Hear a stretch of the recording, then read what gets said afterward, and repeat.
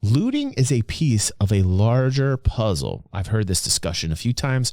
People said, hey, DG, you're an economy guy. You like to talk about interesting gameplay in terms of mechanics when it comes to trading in a game and the economy. And Minion Soldier had a interesting video put out here. So let's check it out. At first, when I started recording this episode, I went off on this huge tangent about Jumptown 2.0. I don't know. Maybe this will be a double header episode. Who knows? This is actually the raw footage from the previous episode, just with, of course, the audio stripped out of it. There was a comment on the last video, and it said, "Do you feel that?" A comment saying that, they would argue that upgrades to loot represents an equally fundamental change to the game. I disagree. That is an Wait. Yeah, no, it really would, because okay, there's a lot. Okay, let's just keep listening. Yes, it does in fact add it to the game. However, you need a platform in which to make it easier to trade those items. So let's see what he's going to say. Element of what other than Mode Trader. I mean, Mode Trader is great. We've seen it happen in game where people can trade items through talking in general or being around locally around each other with VoIP, and then barter, and then through the Mode Trader give the cash, but then you have to be relying on the person actually giving you the item. We've seen this happen a few times. We've seen examples of this, really cool, but there needs to be a better UI, better user interface. Could be a fundamental change, but in order for that to work, you would need auction houses. If the loot that you got was so... Absolutely agree. He is spot on. He is absolutely spot on with that comment. I respect that. I respect what he said there. Some items were highly desirable either for the look or performance, and players could sell that to each other on an auction house. That would make running an auction house or some type of contractual system, some type of UI that would put your item up there and keep it in a state in which you can actually pay that off, and then exchange would happen through a third party, like an intermediary, like an auction house, or something on your Mobi-Glass or in a kiosk that could in fact do that. That's what he's getting at. Bunkers and derelicts and all this stuff, it would make it more valuable, so much more lucrative, and so much more fun and more exciting that a lot more players would do this. Absolutely. It would have the effect of... It's a game loop. It's actually adding the OG Jumptown. Yep. In a way. Yep. And this is where I kind of went off on my tangent the first time I tried to record this. I'm gonna just try to punch it out quickly. The original Jumptown was a masterpiece because it was entirely player inspired. It was just player inspired, player driven, completely player based. There was circumstances in the universe that you could take advantage of. See you, Mod 81. Thanks for the support today, buddy. Can't wait for your fourth episode of Emergence, buddy. Have a good day. Jumptown with their org, and then if they saw nobody there, they would go in with a couple of cargo ships, load up real quick. Thanks for being here with us today, Colbag. Make another run, and then two other people would come in with their cargo ships, and they would all change places. Some people ran a racket, a protection racket around Jumptown. It's like, yeah, we're holding Jumptown. Come on in. You give us a mission beacon, throw us X amount of UEC, take as much as you want, you get full protection from us. That sort of stuff. And it was great. But then CIG turned around and structured it and kind of made it an event. Hey guys, log in and play the new... Yeah. Totally agree. They made it completely PvE oriented. They catered to the fucking elite and the Elite Dangerous, and why Elite Dangerous fucking went down the tubes. Absolutely agree with them so far. Jumptown. And it's kind of like when you were a kid and you and your friends had a saying that you... like when you had something really cool and then corporate America came in and fucked it all up.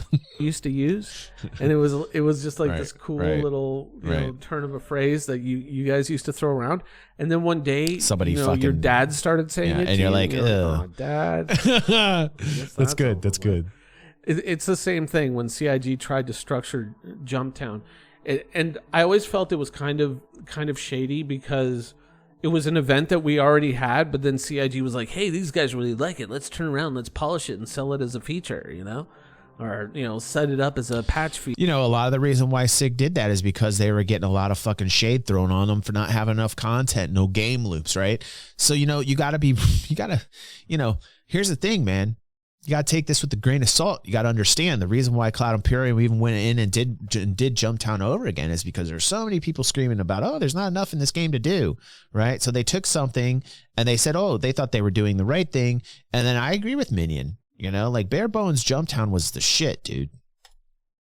Feature, and it was just, you should have just left it the way it was. It was awesome the way it was. It didn't need to be changed.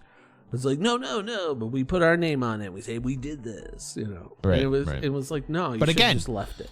But again, that was because of the outcry, because of that loud voice out there, which may not be the majority. A lot of times the people who are the loudest actually are the minority, and they're screaming because, oh, we need more. So, you know, they put 2 + 2 together. They said, here you go. You got 3.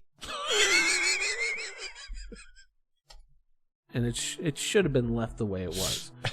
But I could see an economic argument because it was unbalancing the economy, but it was driving players to engage with that. And that's what, if you had an auction house and there were certain items that were super rare, like, rifles with skulls painted on them, spray paint jobs and all these kind of rare appearances for already existing weapons, players would probably pay in-game UEC for that, and probably quite a pretty penny if it was rare enough. And so players going in and doing bunker missions, cavern missions, derelicts, bang, they would be receiving these huge rewards, and it would make these things so much more lucrative and so much more fun because it would be a little bit of a lottery. You were going to get some good stuff, but you don't know how great it could. Yeah, and the way it would get ruined is if they didn't make that happen. If they made that happen too much, right? They have to make it a scarce thing that happens. And the way in which you get the loot should be in a lottery based type. Like you're probably going to get shit most of the time, but every blue moon you score something amazing, and it's got to be scarce. It's got to have scarcity to it. Being able to sell it back to an NPC. Is good, but not what we want. Even better is if you could do to the player base. Yes, this guy's dead on. I'm not even saying anything anymore. This guy's fucking dead on. I'm not even watching the rest of this because he's like, that's the most important points to make. Listen, that was awesome. I like some people were saying about Minion Soldier. I don't know because I've not watched it. I think I've watched 1 or 2 Minion Soldiers in the entirety of being on YouTube, but I think I enjoyed those. But like, I will say this, some people like say, oh, Minion Soldiers got some salt and all this shit. I don't mind the salt, man. I don't mind it as long as it's constructive criticism. And this is in a format that sounds to me like it's constructive. And I absolutely agree. And the fact that I actually agree with his opinion does actually help. But even if I disagreed, like the format's great. He's just speaking his mind, and he's somebody that you can tell he plays the game. There's a lot of people out there offering opinion that have no fucking idea and do not play the game. And you can tell when they fucking make the content, they don't play the game.